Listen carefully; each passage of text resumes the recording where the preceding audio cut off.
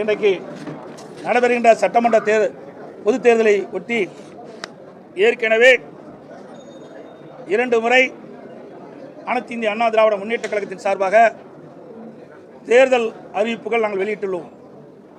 இப்பொழுது அனைத்து இந்திய அண்ணா திராவிட முன்னேற்ற கழகத்தின் சார்பில் 3வது கட்ட தேர்தல் அறிவிப்புகள் வெளியிடுகிறோம். அறிவிப்பு 1, மக்களின் சுமையை குறைக்கும் வகையில் அனைத்து இந்திய அண்ணா திராவிட முன்னேற்ற கழக ஆட்சி அமைந்தவுடன் ஒவ்வொரு குடும்பத்திற்கும் கருணை தொகையாக 10,000 ரூபாய் வழங்கப்படும். அறிவிப்பு 2, வேலைவாய்ப்பு அலுவலகங்களில் நம்முடைய இளைஞர்கள் பதிவு செய்து வேலைக்காக காத்திருக்கும் பட்டதாரிகளுக்கு மாதந்தோறும் 2,000 ரூபாயும் +2 வரை படித்து வேலைவாய்ப்பு அலுவலகத்தில் பதிவு செய்துள்ளோருக்கு மாதந்தோறும் 1000 ரூபாய் உதவித்தொகை வழங்கப்படும். அறிவிப்பு 3, மீன்பிடி தடைக்காலங்களில் மீனவர்களுக்கு தற்போது வழங்கப்பட்டு வரும் நிவாரணத் தொகை 8,000 ரூபாய்.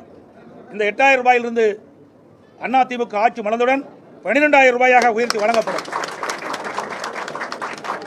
ஒவ்வொரு ஆண்டும் தைப்பொங்கல் அன்று வழங்கப்பட்டு வரும் பொங்கல் தொகுப்புடன் சேர்ந்து 1000 ரூபாய் பொங்கல் பரிசாக வழங்கப்படும்.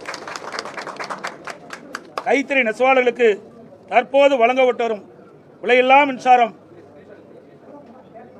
300 யூனிட்டிலிருந்து 450 யூனிட்டாக உயர்த்தப்படும். விசைத்தறி நெசவாளருக்கு தற்போது வழங்கப்பட்டு வரும் 1000 யூனிட்டிலிருந்து 1400 யூனிட்டாக விலையில்லாமல் அவர்களுக்கு உயர்த்தி வழங்கப்படும். நகரப்பகுதியில் நடைபாதை ஓரமாக கடை வைத்திருக்கும் சிறு வியாபாரிகள் கூட்டுறவு வங்கியில் வாங்கிய கடன் முழுவதும் தள்ளுபடி செய்யப்படும்.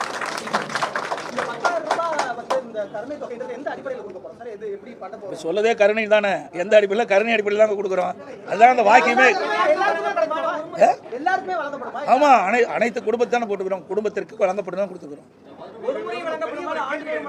ஒரு முறை தான் வழங்கப்படும்.